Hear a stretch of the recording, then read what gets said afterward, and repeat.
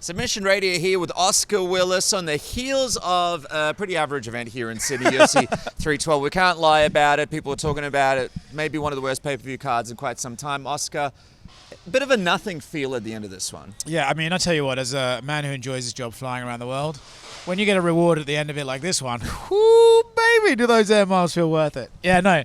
Yeah, kind of a nothing feel, man. But in the end, a routine title defense for Dricus. You know, the first fight a lot closer than this one, so I think when you start seeing 50-45, but no real risk of a finish, kind of a bit meh. Tatiana Suarez, the biggest challenger to Zhang's sort of title reign. Nothing, fell up short there quite decisively.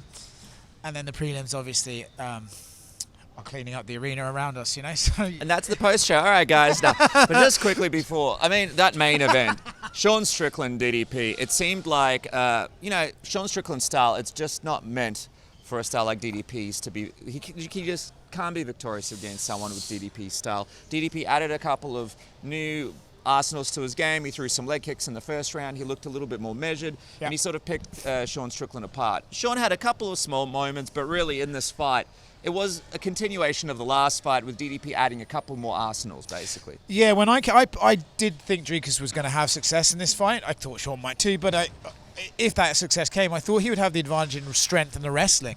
In the end, he didn't really go. Shot one takedown, I think. Like you mentioned, the head kicks he threw. He was catching Sean with the left one.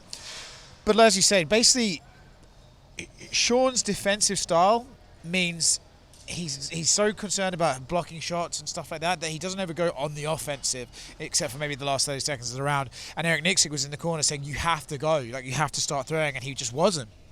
And that's been a criticism that Sean's had before, like, oh, he never really gets out of sparring tempo or pace. And tonight, that really was the case. And as you say, if you're fighting a guy who, like Paulo Costa, just backed off Sean, so Sean can pitter-patter his way to a win there, and judges will give it to him. But if Dricus is coming at you, yeah, that style is going to be hard to beat if you're Sean Strickland. Yeah, the crowd was kind of getting upset throughout the fight. There were moments where it was a little bit...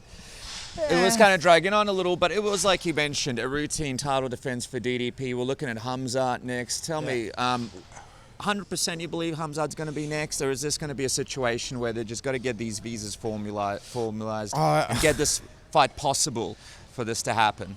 I mean, I don't suspect. I asked Dana last week. I don't suspect they will have issues getting Khamzat a visa with the current administration of the United States, and I believe you will probably see that fight at International Fight Week this year. DDP saying Adesanya versus Strickland too. I like that fight. I think that's the fight to make next. I like the rivalry there. We didn't see a healthy Izzy against Sean. Yeah. There's a bit of mystique and a bit of interest to see what actually happens with the Izzy that we saw in the Imavov fight, who looked good in the first round and physically looked much healthier. Yeah. I think for me that fight, I'm going to try not to sound like a biased Izzy stan again, but I think that one's like, at this point of his career, he can pick and choose which fights he wants, right? Hall of Fame inductee after tonight, he gets to decide what fights he wants to get up for. The first fight, I think it's pretty clear he did not get up for Sean Strickland. Off the back of the Pereira knockout, went into the Sean Strickland thing. I think the emotions of Fight Week and the things Sean was saying maybe played on his mind a little bit and cost him some of that energy for the fight night. So if he wants to get up for that fight, then I think he should do it. I think it would be a big fight. I think... Yeah, it's curious. Like, what do you do with that? Is that a pay-per-view, like, co-main 5-rounder? Because you can't do that at 3 rounds, you know. So I'm curious how they book that one. But I think can't even send Sean to Saudi Arabia either. I don't know where the fuck you put it, but yeah, that's what I suspect we'll see next. Well, you don't want to see Izzy like fighting guys in the division with no real name value and guys that just don't make sense. At least Sean's coming off this loss, so it'd be a good one. Just quickly, this whole Alex Pereira thing. Do you actually believe we'll see DDP and Alex Pereira down the track, or do you think it's going to be a situation where Alex fights Unclive, potentially loses, maybe has a fight at heavyweight, and that's probably it? Do you believe this DDP fight actually comes together? I was just talking to someone. I don't want to say like too much, but name rhymes with Bana. Yeah. What did Dana say? No, Dana said I suspect if you see these two get through their next 2 fights, they will do that fight because if Pereira beats Ankalaev, that's that division pretty much checked off, you know, and that's his biggest challenge in that division. If Dricus beats Khamzat, that's a massive star building platform, at which point the mystique of Pereira and the whatever the fuck Dricus does in there, like that matchup is so exciting and fun, and I think they would do that. So I would suspect if they get both tall ask, you know, it's 2 tough fights, but yeah, I think they probably would do it. Bahia Imavov. Interesting to see what happens to Robert Whittaker. I guess he'd jump at the opportunity to fight Sean Strickland if he doesn't take that fight, and then potentially after that, if Sean could beat him, then that Adesanya fight happens. What about the women's fight, man? You mentioned it. Suarez, everybody thought she was going to come out and maul Weili. She came out, she got the takedown, got gassed, and then Weili went to work. Yeah, I mean, she went for that guillotine in the first round, and it seemed from that moment on, once that didn't work, she just lost a little bit of strength. She lost a little bit of, like... We've seen Tatiana not use technique to take people down. She just fucking gets them down, And I felt after the first round, that really gone. And then it was Zhang who was out-strengthening her. And I think one of the craziest things about Zhang is she is so clearly above, like athletically and technically above most of the other women in her division, that it's kind of like the gap I find really hard to understand. It's like, well, she's a woman too. I don't understand why she can just do these things. Like the way she was landing punches so close in the clinch and stuff, I thought it was really incredible. For me, it seems like Valentina's the next logical choice then. Maybe they'll just bang out a trilogy or something like that, because why not? Yeah, that seems fun. Obviously, it would be great. Obviously, Dana White... Would you go to all three, Dennis? In my mind, I was there, brother. Dana White, talking about Australian media, said they were piss week. Interesting week here in Australia. Pussies. I think he said pussies. Well, tell me, what was your interpretation of it, the week here in Australia? Obviously, there were some journalists out there trying to make stories. There's still a whole negativity towards the UFC coming to Australia, but Sean Strickland also came out. It's sort of a tense time politically for everybody right now. What was your reaction? Because I think last few times you've been to Australia, minus the time that Sean Strickland punched the fan, the media was usually pretty friendly. This time there were sort of a few vultures going around trying to get quotes from media, from various networks, trying to build stories sort of against the UFC, the ABC, you and me. Yeah, oh, okay, I get it. What did I think? I thought that, I find it a little bit of a joke, to be honest, because you talk to the average Australian, it's fucking cunt this, fucking all that. So they don't say anything worse than, Sean doesn't say anything worse than they do. So I think it's a real double standard, and I think it's all just fake pearl clutching. Dana White brought up an article where the guy said it made me feel physically sick to see him doing a podcast with the Premier. I mean, the guy, I don't know if I can say that. Can I call him a pedo? He looks like a pedo anyway, but he just looks like a fucking loser. So I just find that sort of, I don't know why I went on that tangent, but I find that's tired.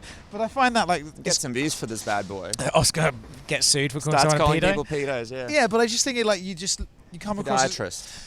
I just think this time you're right. Like, they're talking as if it's the first time the UFC's come here. Yeah. And it's just like, mate, fucking get over it. I don't get it. I know the argument is, don't give them state money.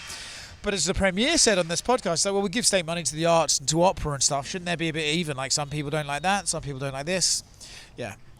I'll tell you, man, it was a weird week in general. Just quickly, shout-outs to Colby Thickness, Alex Tapura, they had a good fight. It was just crazy to see Alex Volkanovski, Ilya Tapura, Alex Pereira, Charles Oliveira, all hanging around with question marks over their head. Yeah. Even a little bit of Marab sprinkled in there. And no real questions, no real answers, no real understanding of what happens next. And these are some of the biggest storylines in the sport. Did you find this whole thing a little bit wacky this week? I did find it a little bit wacky, I guess, because you have Ilya, Volk, and Diego Lopez right here, and you'd think Hunter or Dana could just get them in the back room and be like, right, do you want to fucking fight or not? And like sort of figure it out. So that. Also, they announced Miami today, and traditionally when they announce a pay-per-view, they announce it with the main event. They try to announce that. That suggests they don't have a fight done, and I suspect that's because one of them is trying to do other stuff, So I think they're still... But is that outrageous? Like, Ilya Tapura, obviously exciting guy, but he's just won that featherweight belt. If this was anybody else that just won the belt, we'd be like, dude, defend your title. He was in the cage with Alex Volkanovski, basically said it was going to happen. Yeah, Dan Hooker did a great interview with yourself. Thank you. Basically broke it all down. Yeah, he said, if you're a man of your word, don't invite the guy into the cage. He said, yes, we can do it. So you can't just choose to move to another weight class if you're the champ, and this is your first title defense with a promised rematch against someone. I think if you promise a rematch, we often say, legends are just completely, forgotten about the day they lose. So, therefore, we need to start doing nice things to our legends. Alex Volkanovski is a legend who has earned a rematch. His career has earned him that. That's why I would like to see it. And then I think as for Ilya, it's I get it. You banged, two of the featherweight goats out. But I don't believe you walk around at 195, mate. I'm sorry. And I don't think that's why you can't fight at featherweight anymore. You can't make the weight cut. I believe you can. I believe you just want to do the Conor McGregor speed run and get double champion stuff. Fair play. I understand that. But then you've got Islam, who's he's always accused of just beating featherweight. So why would he want to fight Ilya? I think if Ilya beat Volk, no one would really mind if he moved up. Yeah. So just do that fight next. Or if not, then if you wanted to really determine to move to lightweight, I would like him to vacate the title just as this is a choice you have to make. So that's where I'm at with Ilya. All right, man. Well, things move on to the UFC 313. Do you think? 1 second. Yeah. Do you think Pereira got in Sean's corner just in case Sean lost, so he could manufacture a fight with Dricus? It was a fascinating thing because we were cage side and Pereira literally said nothing, and Pereira literally did nothing, and at one he would just walk from there. Like when people said, "Oh, this guy doesn't speak English and he doesn't do anything," I was like, he'll still sort of do something. He did nothing. Even Craig Jones held the bucket. Yeah, no bucket, no nothing. I think he's a smart guy. Apparently, he has hatred in his heart for DDP, and I think from his perspective, he thinks that's a fight that's going to make him money. Yeah. Potentially, why not make some money on your way to John Jones or whatever? If he does beat Ankalaev, that makes a lot of sense. Yeah. But we've got our good mate Dan Hooker stepping up at UFC 313, so that's rolling around next. Of course, we're excited for him, and he could shake up that lightweight division too. With a win over Justin Gaethje, that people aren't really talking about it, but that puts him in a great spot. I think if he beat Justin Gaethje, he's fighting for a BMF belt next. And I think that could be against Max Holloway. It could be against Charles Oliveira, depending what happens there. But yeah, I think he would have earned that too. It's like with you give those 3 letters to people. I'm giving it. That's what Dan Hooker should be. There should be a fucking BMF title on the line for this one. 2 of the greats. Probably going to be the worst 25 minutes of my life. But it is. We're going to do a live feed if you're watching that, brother. That's going to be a UFC Fight Pass. I think they got to figure out a deal. Yeah, so I think that's going to be amazing, and yeah, man, it's right there, right? He was so written off, and I fucking it's so cool to see someone who's written off, and he goes back and he just beats this guy, beats Gamrot, and it's back at the top. So it's just cool. Right. As people who get on with Dan, it's nice. And as we wrap up, man, just a quick shout out to Casper going for shoulder surgery in a couple of weeks. I was going to still go over on that. this trip. Yeah, he'll be back on the next live one. So sending lots of love to Casper, man. Yeah, I love you, Cass. Sorry you weren't here for this one. That's it. The AC in this arena let's go grab a beer work. and why does the AC not work? Wrap this shit week up. Submission Radio brought to you by Manscaped. 20% off with the code word submission. We're out.